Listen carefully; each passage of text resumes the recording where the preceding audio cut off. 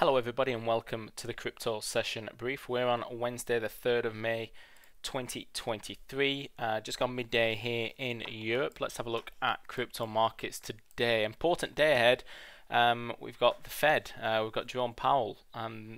We've had a rally recently in cryptos. Can this be sustained? Of course, there's been a bit of a wobble over the past week or so. I think it was Monday that we saw the breakout of some consolidation to the downside into that 50-day moving average. From a technical perspective, we've talked about this 50-day quite frequently. Haven't been able to see a strong enough daily close below the 50. In fact, yesterday just seeing a bounce, and today again just coming into it pretty much to the point and bouncing off there, albeit quite a thin trading range so far.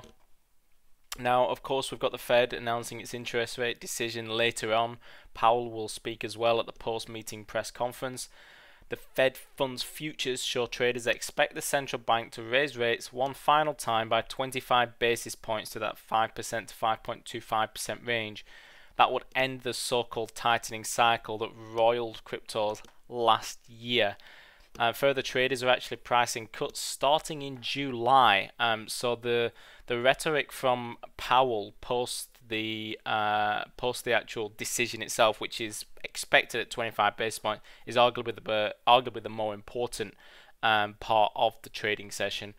Because if he does lean that little bit dovish, basically implying that markets might have got it right, that cuts will be likely this year, then that dovishness might work out quite well for cryptos. Dovish expectations have strengthened as multiple uncertainties have recently risen as well.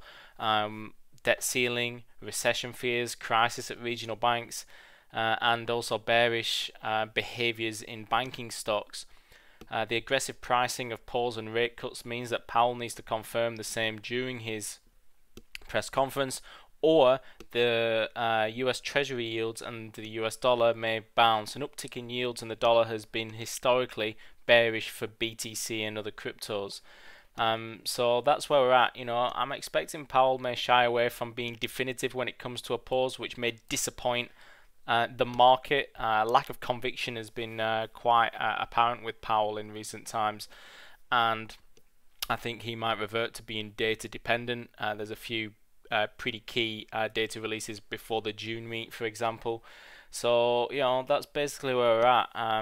Banks, of course, have been hit in the past 24 hours. Have been seeing some pressure on the regional banking stocks, and at the minute there's nothing priced in from the Fed in June and cuts starting in July. So if the Fed offers a lazy tightening bias, which is data dependent, it feels that the risk is skewed on the hawkish side then. So if he does tilt hawkish, then that might give bears reason to step in and start selling risk, and that might be, of course, negative for BTC. The pre-Fed dovish pricing is quite similar to what we've seen from the RBA. Before the RBA meeting this week. Remember, the RBA lifted rates by 25 basis points and warned of more tightening ahead. That contradicted expectations for a continued pause.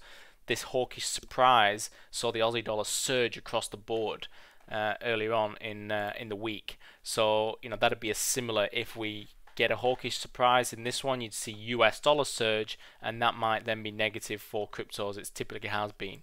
That's kind of just setting the stage briefly. I don't want to go on too much, but that's kind of my expectation for BTC. And of course, being poised at this 50-day moving average means a breakout in either direction. Well, not you don't break if we're still above, but I mean, if we do see that breakout to the downside, especially 27,000 under pressure, then we could see further moves into 25. Albeit I wouldn't expect that move today. Maybe the 27 handle could get tested. That's on a hawkish surprise. Otherwise, this 50-day moving average looks pretty nice, providing that springboard for a rally to the upside. Ethereum is coming up against that descending trend line. We've been up against it now since the middle of April. Of course, now trading in May, and every time just keeping on tagging it and rejecting. You can see even here, just not convincing enough yet. So we're just in that sort of sticking point at the minute. Ethereum trading still to the upside overall with the ascending trend line, but this more recent one just getting in the way of stopping any kind of momentum being built. Litecoin 88 is basically where we're at. This market's been super flat all week. As you can see, just pretty choppy to be fair, as is Ripple. So I don't really have much more to say to them. On those two, I think the top two are a bit more interesting today moving forward. So yeah, that's it from my end. I'll see you all inside the chat room. Thanks everybody for listening, and all the best of you trading. Bye for now.